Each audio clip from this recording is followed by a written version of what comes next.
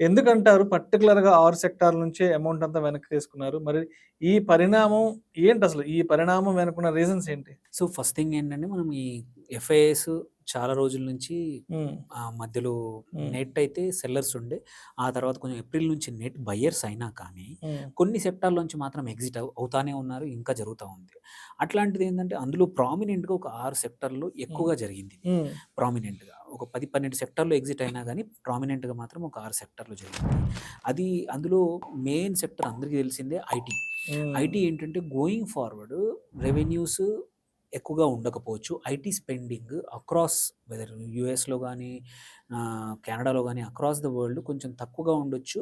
ఫ్యూచర్‌లో వాళ్ళ రెవెన్యూస్ గూడా బాగుండకపోవచ్చని సో, నియర్లీ హ్మ్. 35,000,00,00,000 హ్మ్. స్టాక్స్ నుంచి వర్త్ ఆఫ్ స్టాక్స్ నుంచి ఎగ్జిట్ అయ్యారు. హ్మ్. ఎఫ్ఐఐస్ ఈ 6 మంత్స్‌లోనే.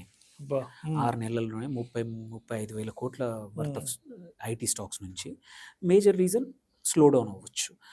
సో, సేమ్ వే ఎఫ్ఎంసీజీ సెక్టార్‌లోంచి కూడా ఒక 18,000,00,00,000 వరకు కూడా ఎగ్జిట్ అయిపోయారు. హ్మ్. ఇంకొక 2, 3 సెక్టార్‌లేంటంటే ఒకటి ఆటో సెక్టార్ అక్కడ కూడా ఒక 16,000 దెన్ ఎఫ్ఎంసీజీ